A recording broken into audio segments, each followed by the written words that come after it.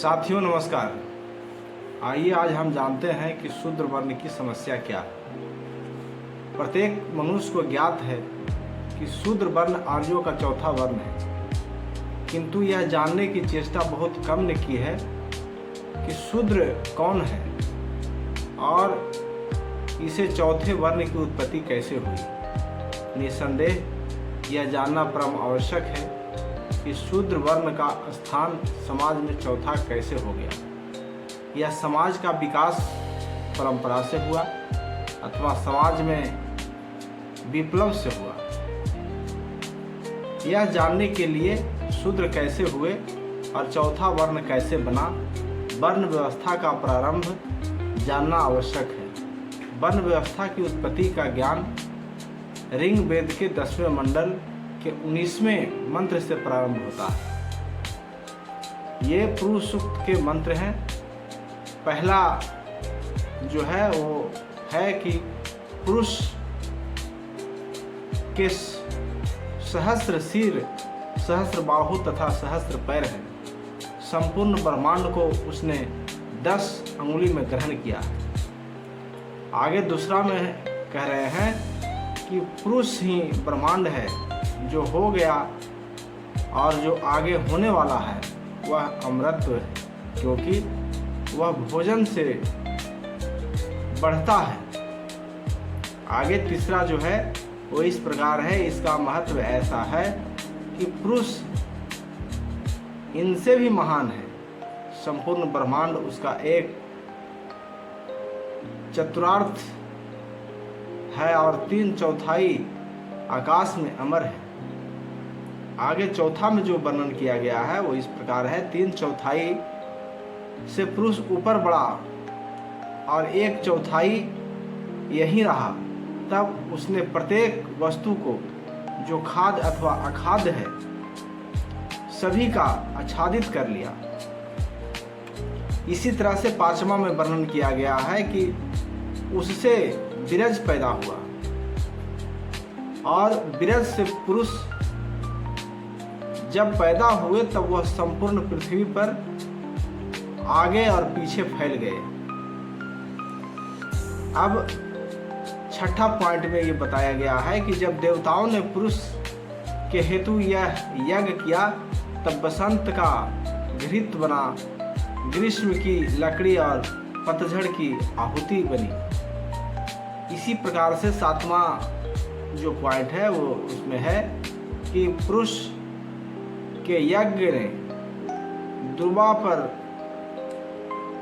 वध किया।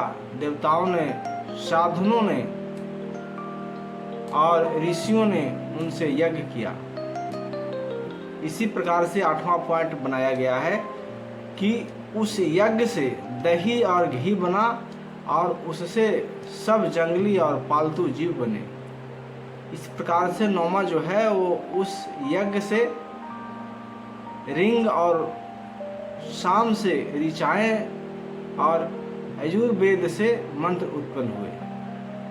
उससे घोड़े पैदा हुए। 10वां पॉइंट में है इस प्रकार कि उससे घोड़े पैदा हुए तथा वे पशु पैदा हुए जिसके चारों दोहरे दांत हैं। उनसे गाय, बकरियां और भेड़ उत्पन्न हुई।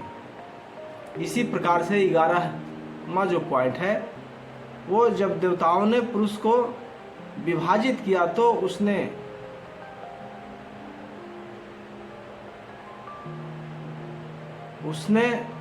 हिस्सों में बांट दिया। कितने हिस्सों में बांटा, उसका मुख क्या था, उसके हाथ क्या थे, उसके 2 जानू और पैर क्या थे। अब आगे 12वां पॉइंट में जो लिखा गया है वो ब्राह्मण उसका मुख, राजन छत्री और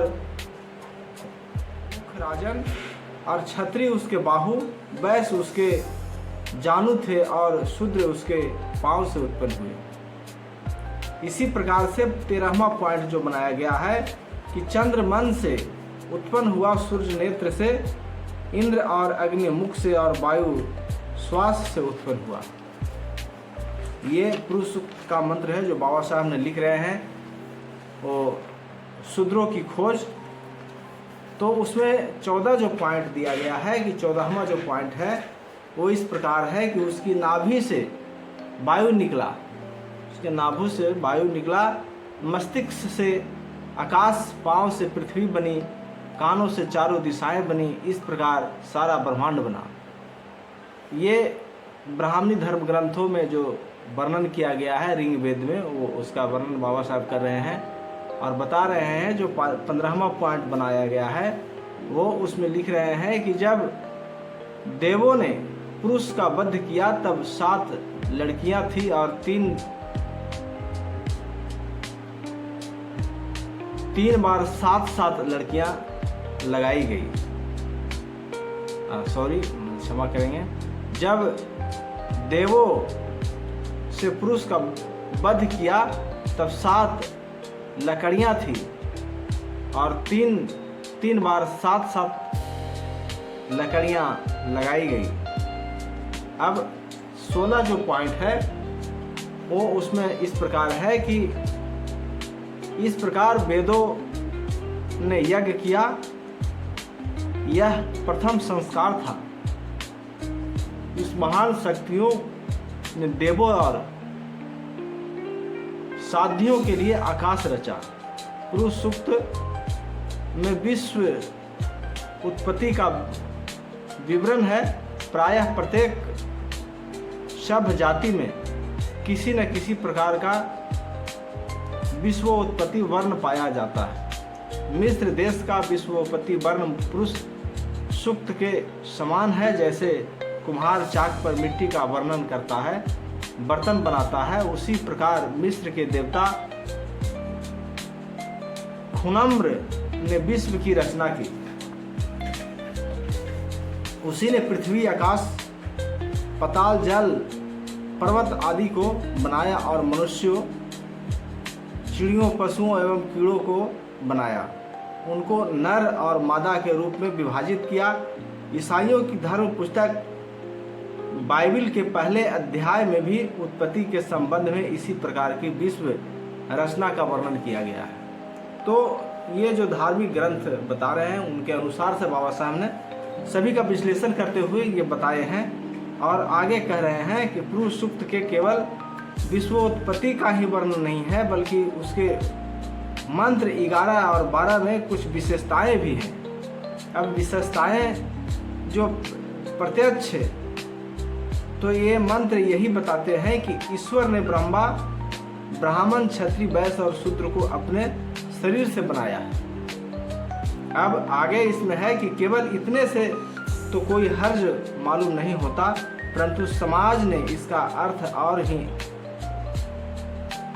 लगाया है, यानी समाज उसी प्रकार 4 वर्णों में विभाजित होना चाहिए जैसे कि इन मंत्रों में कहा गया है। यद्यपि ऐसा अर्थ उनके शब्दों से नहीं निकलता, तथापि उन शब्दों से यही मतलब निकलता है कि संभव है कि पुरुष सूक्त के रचयिता की भी यही धारणा हो। अस्तु मंत्र 11 और 12 केवल विश्व रचना का वर्णन मात्र ही नहीं है, बल्कि यह ईश्वर आदेश माने गए हैं और इसका अभिप्राय है कि समाज की व्यवस्था इसी प्रकार की होनी चाहिए। यह व्यवस्था चातुर्वर्ण के नाम से प्रसिद्ध है।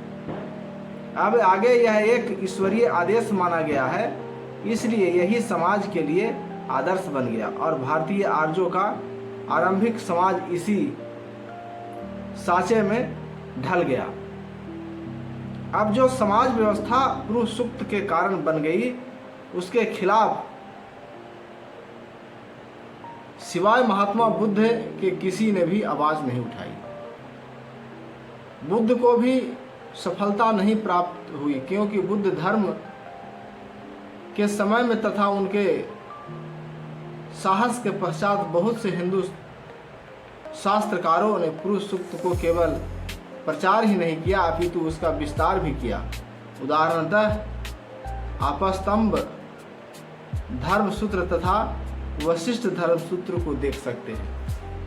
अब आगे आपस्तंभ धर्म सूत्र कहता है कि 4 वर्ण हैं, तो ब्राह्मण, क्षत्रिय, वैश्य तथा शूद्र, इन चारों वर्णों में प्रत्येक वर्ण क्रमशः अपने निम्न वर्ण से श्रेष्ठ है। ये इस प्रकार से असमानता की बात किया गया है। उसमें बता रहे हैं कि अगर जो एक शूद्र है, एक ब्राह्मण है, तो ब्राह्मण से नीचे क्षत्रिय होगा, क्षत्रिय से नीचे वैश्य और वैश्य से नीचे शूद्र होगा। और शूद्रों का यही धर्म होगा कि ये तीनों वर्णों को वो सेवा भाव से उसकी सेवा करें। आगे जो है इन वर्णों में शूद्र तथा पतित को छोड़कर बाकी सबको उपनयन, वेद पाठ तथा यज्ञ करने का अधिकार है। अब यही बात वशिष्ठ धर्म सूत्र में अधिक विस्तार के साथ दोहराई गई है। अब क्या है उसमें कि 4 वर्ण है, ब्राह्मण, क्षत्रिय, वैश्य तथा शूद्र। पूर्व के 3 वर्ण यानी ब्राह्मण, क्षत्रिय तथा वैश्य द्विजातीय है। अब इस प्रकार से पहला जन्म माता की योनि से होता है और दूसरा जन्म उपनयन से। इन दूसरे जन्म में सावित्री को माता और गुरु को पिता माना गया है। अब गुरु इसलिए पिता है कि वह वेद का ज्ञान देता है। तो इस प्रकार से वर्णों का भेद जन्म तथा संस्कार से होता है। और आगे देव वाक्य भी है कि ब्राह्मण की उपस्थिति ईश्वर के मुख से, क्षत्रिय की भुजाओं से और वैश्य की जांघ से तथा शूद्र की पैर से हुई है। तो इस प्रकार से इसके बाद मंत्र में कहा गया है कि शूद्र को उपनयन का अधिकार नहीं है, अर्थात कि जो शूद्र वर्ण में जो पैदा हुए हैं उनको उपनयन संस्कार नहीं किया जाएगा। तो अन्य शास्त्रकारों ने भी वर्ण के संबंध में पुरुष सूक्त का ही विश्लेषण तोते की भांति दोहराया है। यदि पुरुष सूक्त के अभिशाप का किसी ने विरोध किया है तो हिंदू समाज के निर्माता मनु ने उस विरोध को समाप्त कर दिया। उन्होंने 2 काम किए। पहला यह कि उन्होंने पुरुष सूक्त को ईश्वरीय आदेश बताया। उसका कहना है कि विश्व की वृद्धि के लिए ईश्वर के मुख से ब्राह्मण, भुजा से क्षत्रिय तथा जांघ से वैश्य, पैर से शूद्र की उत्पत्ति किया है। अब आगे वो लिख रहे हैं कि ब्राह्मण, क्षत्रिय तथा वैश्य का जन्म 2 बार होता है, तो परंतु शूद्र का केवल 1 बार। दूसरी बात उन्होंने यह भी कहा कि वेदों को धर्म का आधार बताया। चूंकि पुरुष सूक्त वेदों का एक अंश है, इसलिए चातुर्वर्ण सिद्धांत का जिस प्रकार पुरुष सूक्त ने वर्णन किया है वह ईश्वर आदेश के रूप में दृढ़ हो गया। जो पुस्तकें ऋग्वेद में लिखा गया है पुरुष सूक्त के माध्यम से, तो वो एक ईश्वर का आदेश है, भगवान का आदेश है, वही सर्वकालीन सत्य है। इसलिए पुरुष सूक्त का अनुसंधान आवश्यक है। यह कहा जाता है कि पुरुष सूक्त अपूर्व है। प्रश्न उत्पन्न होता है कि उसमें अपूर्वता की कौन सी बात है? क्या इसलिए अपूर्व है कि उसमें चातुर्वर्ण सिद्धांत का वर्णन है? अब इसी प्रकार से ऐसा होता तो अपूर्वता का कारण सिद्ध नहीं होता। अपूर्व तो वह होता है जब उसमें वर्णहीन समाज का आदर्श रखा जाए। चातुर्वर्ण सिद्धांत को पुरुष सूक्त के उत्पत्ति काल से पहले से ही समाज में मौजूद था। प्रत्येक उत्पन्न समाज में श्रेणियां पाई जाती है, तथापि पुरुष सूक्त निम्नलिखित कारणों से अपूर्व है। अब आगे एक पहला पॉइंट बाबा साहब ने लिख रहे हैं कि चातुर्वर्ण उस समय के समाज का वास्तविक स्वरूप था। पुरुष सूक्त ने तो केवल इसे वास्तविक रूप का आदर्श स्वरूप प्रदान किया। आगे दूसरा पॉइंट में लिखा गया है कि किसी भी समाज ने अपने वास्तविक स्वरूप को कानूनी परिधान नहीं पहनाया, केवल पुरुष सूक्त ने ही चातुर्वर्ण को कानूनी समाज जामा पहनाया। तो इस प्रकार से अब तीसरा पॉइंट है। तीसरा पॉइंट में लिख रहे हैं कि किसी भी जाति ने अपनी सामाजिक व्यवस्था को आदर्श नहीं माना, अधिक से अधिक उसको स्वाभाविक माना है, किंतु पुरुष सूक्त ने ही वर्ण व्यवस्था को ईश्वर आदेश या स्वरूप प्रदान किया है। तो इसी प्रकार से चौथा पॉइंट है कि इतिहास में किसी भी समाज ने जन श्रेणियों को संख्या को सीमित नहीं किया। रोम समाज 2 भागों में बटा था। मिस्र वासियों में 3 भाग थे, ईरानियों में भी 3 जन श्रेणियाँ थी। अब आगे उसी में जो है पहला जो है अर्थवंश पुरोहित वंश हुआ, पुरोहित कहलाया, और रथेस्त वंश सिपाही कहलाया जो सुरक्षा करने वाला था, जिसको आज क्षत्रिय भी कह सकते हैं, और वस्त्र फस्यूत जिसको किसान आप कह सकते हैं, वो किसान वर्ग था। और पुरुष सूक्त के जन विभाजन को संख्या 4 निर्धारित कर दी। यह संख्या न घट सकती है और नहीं बढ़ सकता है। तो इस प्रकार से 5वां पॉइंट है कि 5वां पॉइंट में बताया गया है कि समाज में जन विभाजन समयानुकूल विशेष तथा समान आदर्श का भागी होता है। तो इस प्रकार से पुरुष सूक्त के वर्णों की श्रेणी को सर्वदा के लिए बांध दिया। ब्राह्मण सर्वोत्तम तथा सर्वमाननीय है, उसके नीचे क्षत्रिय, उसके नीचे वैश्य तथा सबसे नीचे शूद्र। क्रमशः यह आदर एवं अनादर की श्रृंखला सर्वदा के लिए अटूट तथा अनुच्छेद हो गया। तो अब हम लोग बात करेंगे खंड 3 का। पुरुष सूक्त केवल अपूर्व ही नहीं है बल्कि विचित्र भी है। अब विचित्र कैसे है, इस पर हम लोग बात करते हैं। बात यह है कि यह विचित्रता अनेक समस्याओं की गोद में छिपाए बैठी है, जिसका भेद बहुत ही कम लोगों को मालूम है। विश्व उत्पत्ति का हाल केवल पुरुष सूक्त में ही नहीं है, ऋग्वेद में भी दूसरे स्थानों में है। 10वें मंडल के 12वें मंत्र में इस प्रकार का वर्णन है, जो पॉइंट संख्या 1 में बाबा साहब लिख रहे हैं कि देवताओं की उत्पत्ति स्पष्ट रूप से बताते हैं। जब उनकी प्रस्तुति की जाती है तब वे भक्त के से प्रसन्न होते हैं। अब दूसरा पॉइंट बनाए हैं जो लिखा है उसमें कि जैसे लोहार खाल धौकनी को फूंकता है, वैसे ही बृहस्पति ने अपने श्वास से उसको फूंक दिया। इस तरह शून्य से देव उत्पन्न हुए। अब आप समझिए, इसको मैं तार्किक तर्क भी लगाना है कि क्या यह बात सत्य है या सत्य नहीं है, ये आपको प्रतिक्रिया के रूप में देना है। तो आगे अब तीसरा पॉइंट है, पहले तो शून्य से देव उत्पन्न हुए, तब चतुरांश और फिर बढ़ने वाले वृक्ष। अब चौथा पॉइंट है, ऊपर बढ़ने वाले वृक्ष को पृथ्वी उत्पन्न हुई और पृथ्वी से चतुरांश दक्ष अदिति से उत्पन्न हुई और फिर अदिति दक्ष से उत्पन्न हुआ। अब इस प्रकार से 5वां पॉइंट जो है कि हे दक्ष, फिर तुम्हारी पुत्री अदिति की उत्पत्ति हुई, उससे प्रशंसनीय और स्वतंत्र देवता उत्पन्न हुए। तो इस प्रकार से अब 6ठा पॉइंट जो बनाया गया है वो उसमें बाबा साहब लिख रहे हैं कि फिर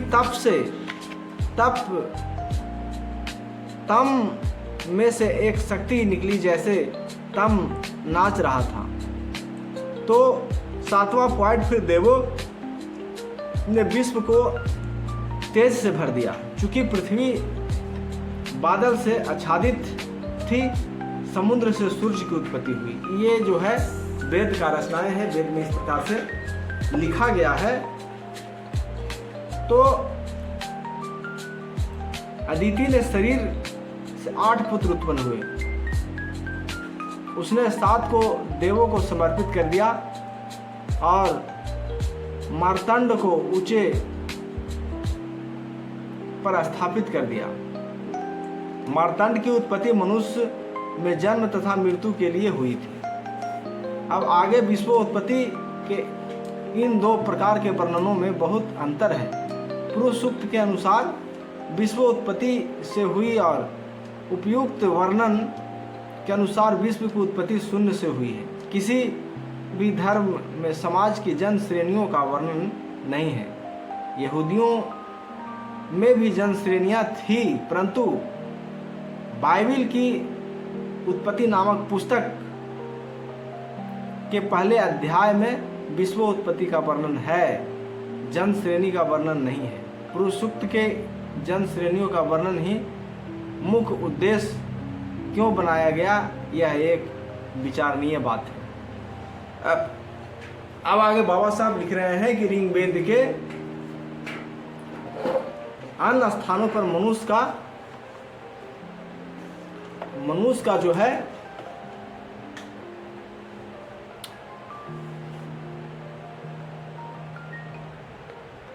तो इस प्रकार से जन श्रेणियों का वर्णन नहीं हुआ है। पुरुष सूक्त में जन श्रेणियों का वर्णन के मुख्य ध्येय क्यों बनाया गया, यह विचारणीय बात है।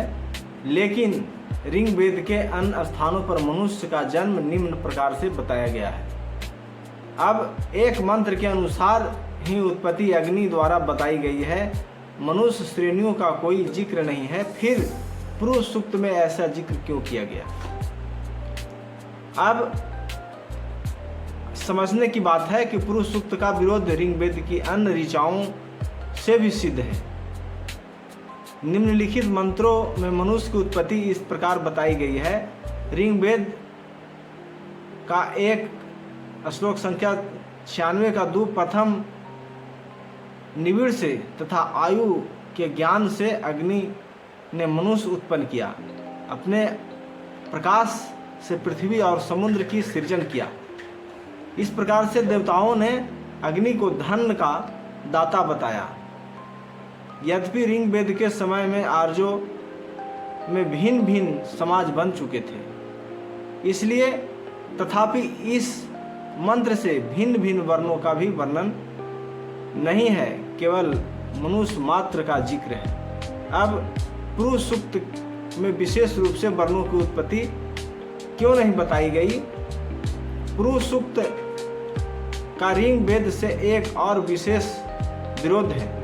ऋग्वेद बताता है कि भारत में आर्यों का आरंभ और ही पूर्व से हुआ, जैसे कि निम्नलिखित मंत्रों से प्रकट होता है। तो कब हुआ? ऋग्वेद का जो लिख रहा है अध्याय 3 और श्लोक संख्या 36, अग्नि तथा अन्य देवतागण और मनुष्य की संतान अर्थात सभी जंतु मंत्रों द्वारा यज्ञ कर रहे हैं। अब ऋग्वेद का अध्याय 4 और श्लोक संख्या 1 भाग 1 में, हे देवतागण, बाजस ऋक्षुछन हमारे यज्ञ में आइए, जिससे शुभ मुहूर्त में मनुष्यों में यज्ञ हो। अब अध्याय 6 श्लोक संख्या 14, मंडल 2, मनुष्य लोग यज्ञ में अग्नि की आहुति कर रहे हैं। इन मंत्रों में ऋषियों ने मनुष्य की उत्पत्ति को मनु से बताया है। यही बात ब्राह्मणों और पुराणों में कही गई है। यद्यपि तैत्तिरीय ब्राह्मण, विष्णु पुराण तथा मत्स्य पुराण के अनुसार मनुष्य की उत्पत्ति ब्रह्मा से बताई गई है। अब ये दो अंतर है, ये अंतर को भी समझना है कि किस प्रकार से बताया गया है। यद्यपि भारतीय आर्यों की उत्पत्ति मनु से ही मानी गई है, किंतु पुरुष सूक्त के रचयिता को मालूम था कि मनु को आदि पुरुष कहते हैं। कुछ और बातों में ऋग्वेद तथा पुरुष सूक्त में भेद है। ऋग्वेद का अध्याय 1 श्लोक संख्या 113 मंडल 6 इस प्रकार से है, कुछ लोग शक्ति की खोज में जाते हैं, कुछ ख्याति, कुछ धन और कुछ रोजगार की खोज में। उषा ने मनुष्यों को ज्ञान दिया कि भिन्न भिन्न मनुष्य भिन्न भिन्न आजीविका करे। अब समझ सकते हैं कि जो ईश्वर है वो डायरेक्शन दे रहे हैं। यह मंत्र केवल जीविका का वर्णन करता है, परंतु पुरुष सूक्त इससे बहुत आगे जाता है। वर्ण व्यवस्था सर्वदा के लिए दृढ़ कर दी गई और उसमें ऊंच नीच की भी व्यवस्था की गई, उसका ख्याल रखा गया। पुरुष सूक्त में ऐसा क्यों नहीं किया गया? पुनः ऋग्वेद के अनुसार भारतीय आर्य जाति 5 जातियों से बना है, 5 जातियों से बना है। तो इस प्रकार से ऋग्वेद का अध्याय 6 श्लोक संख्या 11 और मंडल 4 पांचों जातियों यज्ञ में अग्नि की आहुति कर रही है। आहुति दे रही है और दंडवत कर रही है। तो इस प्रकार से ऋग्वेद का माफ करिएगा, ऋग्वेद का जो अध्याय 7 श्लोक संख्या 15 मंडल 2 है, गृह का ज्ञानी तथा युवा स्वामी अग्नि पांचों जातियों में घर घर स्थापित है। ये 5 जातियां कौन सी है? तो आगे इसमें बाबा साहब लिख रहे हैं कि इनमें मतभेद है। यास्क ने निरुक्ति में इसका नाम गंधर्व, पितृ, देव, असुर और राक्षस बताया है। तो अब औपमन्य के मतानुसार ये 4 वर्ण और 5वां निषाद है, ये दोनों में ही मत गलत मालूम होता है, क्योंकि निम्नलिखित मंत्रों में 5 जातियों को एक साथ प्रशंसा की गई है।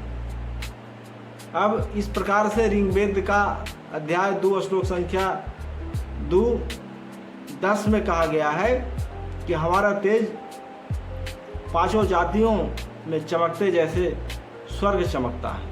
ऋग्वेद का अध्याय 6 श्लोक संख्या 46 मंडल 7, हे इंद्र, जो बल और पौरुष नहुस के वंश में है और 5 जातियों में है, वह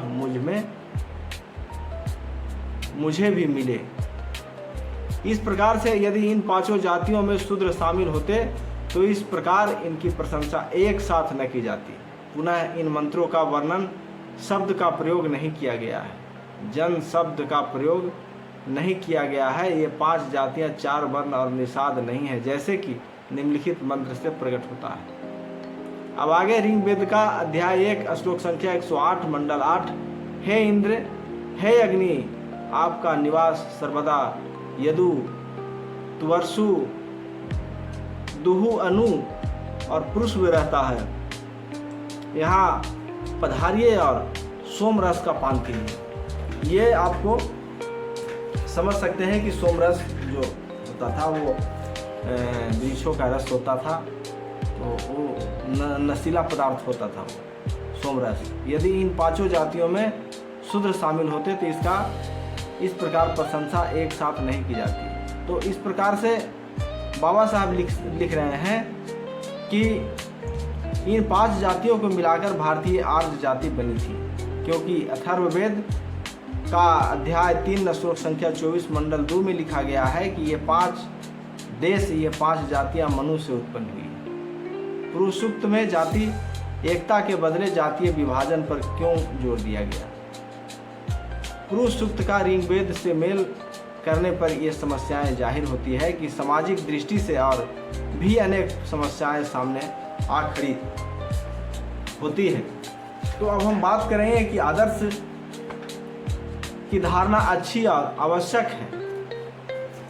कोई व्यक्ति या समाज बिना आदर्श की उत्पत्ति नहीं कर सकता, परंतु आदर्श समाज तथा दशा के अनुसार बदलना चाहिए।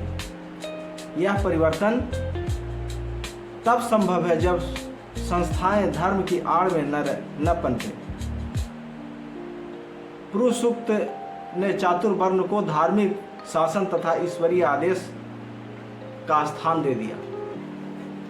अब आगे बाबा साहब लिख रहे हैं कि पुरुष सूक्त के चातुर्वर्ण को ऐसा क्यों बना दिया गया कि उनमें कुछ अदल बदल हो सके और न ही उनमें किसी प्रकार की त्रुटि बताई जाए। सामाजिक दृष्टिकोण से यह पहली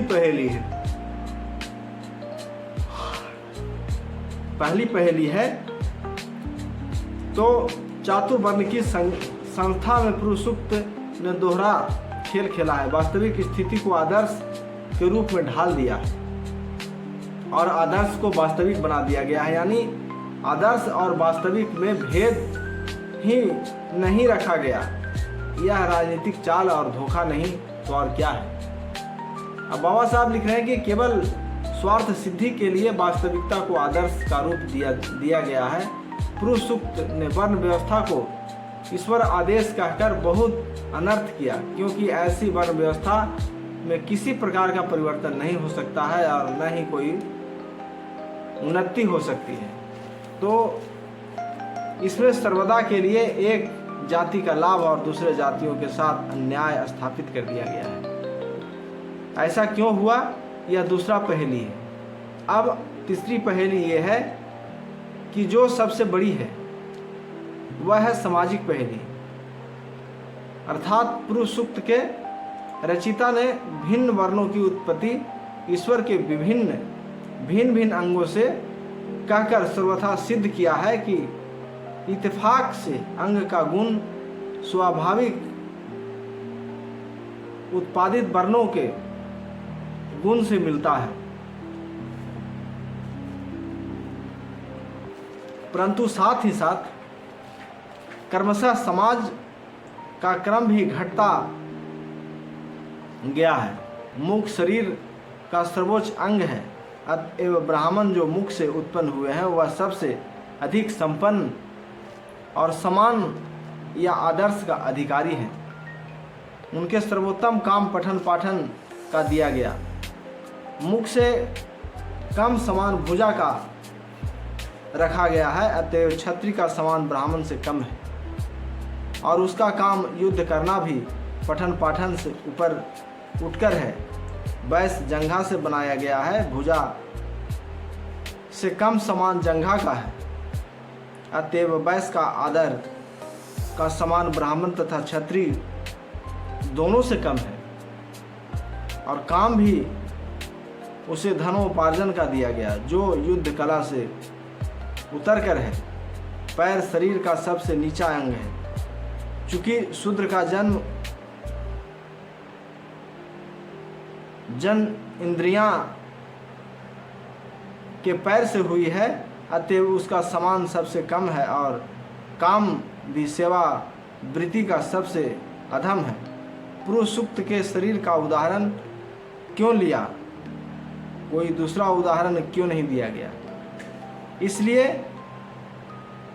छांदो योग उपनिषद में वेद की उत्पत्ति का वर्णन इस प्रकार किया गया है कि प्रजापति ने ब्रह्मांड को गर्म करके उसका सार निकाला, यानी पृथ्वी से अग्नि, हवा से वायु और आकाश से सूर्य। पुनः इन तीनों देवों को गर्म करके उसका तत्व निकाला।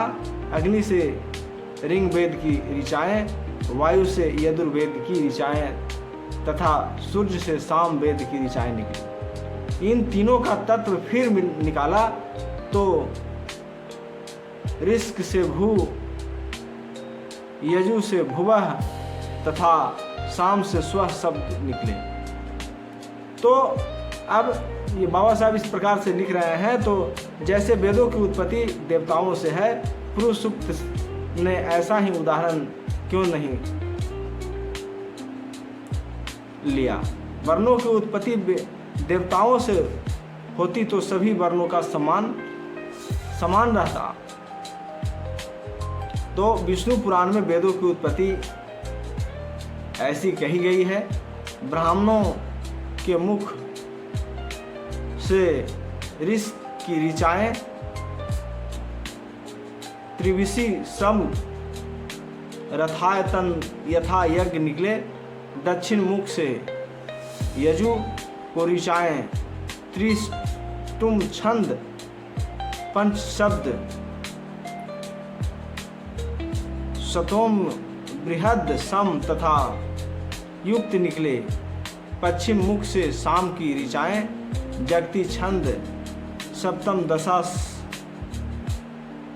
शतोम वैरूप तथा अत्रि रात्रि निकले और उत्तर मुख से अथर्व एक विंग अनुष्ठ छंद तथा विरज छंद निकले। तो इस प्रकार से पुनः हरिवंश पुराण में वेदों की उत्पत्ति दूसरे प्रकार से कही गई है, अर्थात ईश्वर ने ऋषि और यजु को अपने नेत्रों से बनाया, साम को जिह्वा से और अथर्व को मस्तिष्क से बनाया। इस प्रकार से आप समझ सकते हैं कि जो वेदों में लिखा गया है उसका वर्णन बाबा साहब ने अपनी पुस्तक शूद्र की खोज में उन्होंने लिख रहे हैं। और आगे कहते हैं कि यदि पुरुष सूक्त के रचयिता के लिए शरीर की उपमा अनिवार्य थी तो ऐसी उपमा दी जैसे कि हरिवंश ने दी है। वैशंपायन ने भी हरिवंश को ऋचाओं की उत्पत्ति का वर्णन किया है। तो इस प्रकार से आगे लिख रहे हैं बाबा साहब कि ब्रह्मा ने मुख से ब्राह्मण तथा उद्गारती को भुजाओं से होते तथा अधर्व वायु को पेट से प्रायोत तथा पुत्र को जंघा से अछावक तथा नेष्टव को भुजाओं से अग्न्यांत तथा ब्राह्मण को हाथों से श्रवण तथा उपनयन को उपनयन किया। वैशंपायन जी ने चाहे एक ही अंग से कई ऋचाओं की उत्पत्ति बताई गई है परंतु पैर का नाम भी नहीं लिया।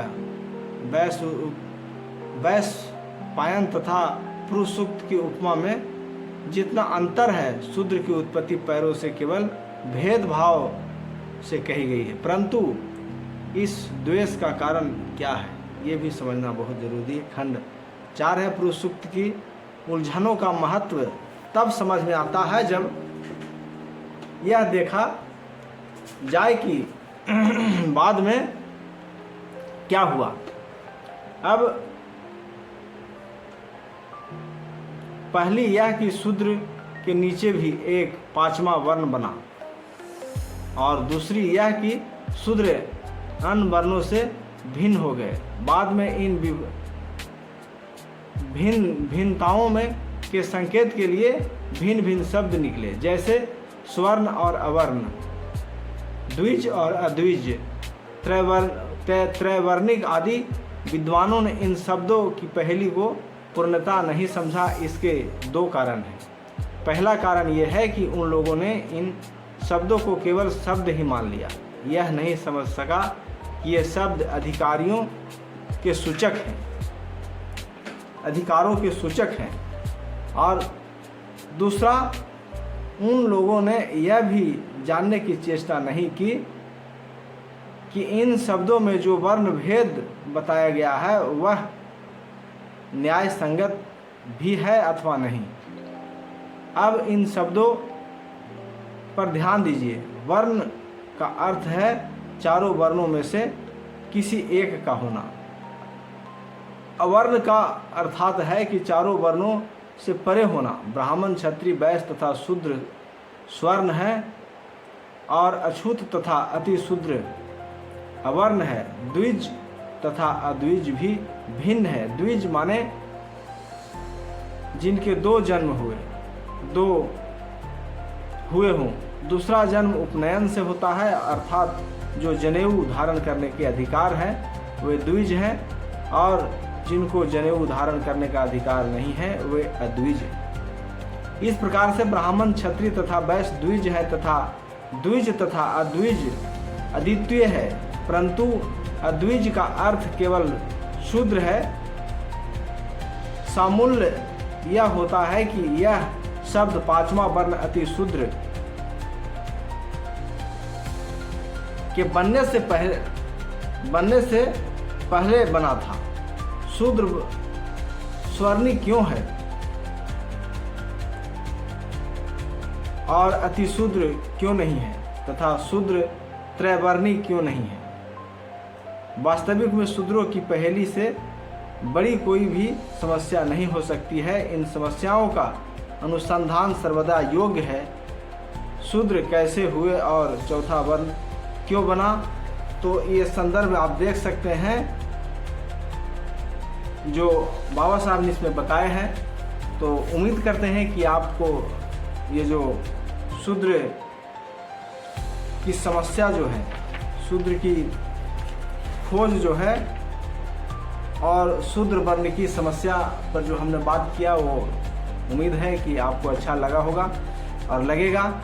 तो आपसे निवेदन एक है कि अगर जो ये आपको वीडियो अच्छा लगे, आपके बीच में पहुंचेगा, तो इस चैनल को सब्सक्राइब करें, बुद्ध विचार मंच, शेयर करें, लाइक करें और कमेंट अवश्य करें। जो प्रतिक्रिया अपनी है वो कमेंट के माध्यम से प्रस्तुत करें। और हम एक निवेदन करेंगे कि जो बुद्ध, कबीर, अम्बेडकर, फुले बहुजन मूवमेंट को जो समझते हैं वही इस चैनल को सब्सक्राइब करें। उनके लिए ही ये वीडियो हम बना रहे हैं। तो आपसे लेते हैं विदा। शुक्रिया। जय संविधान, जय भारत।